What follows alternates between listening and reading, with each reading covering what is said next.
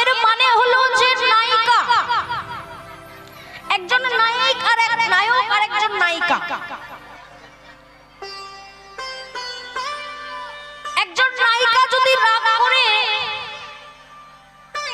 তার নায়ককে ছেড়ে দেয়, মানে পরিত্যাগ করে দেয়, আবার যদি সেই নায়িকা সেই নায়কের জন্য কাঁদতে বসেন এবং তাকে ফিরে পেতে চায়, তাকেই বলছে কলহন্তরিতার নায়িকা। তাহলে এখানে নায়ক হলেন ভগবান কৃষ্ণ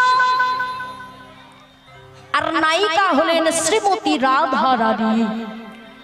তাহলে আমরা সবাই জানি যে রাধা রানীর মান করেছিলেন এবং এমন মান তিনি করেছিলেন যে ভগবান কৃষ্ণ নিজে তার চরণে ধরেছিলেন। বাবা, যিনি স্বয়ং কৃষ্ণ, মায়েরা যিনি স্বয়ং কৃষ্ণ, তিনি রাধার চরণে ধরেছিলেন, তবুও রাধার মান ভাঙেনি, রাগ ভাঙেনি। তাহলে এত মান হলো কেন, তার কারণটাও জানতে হবে।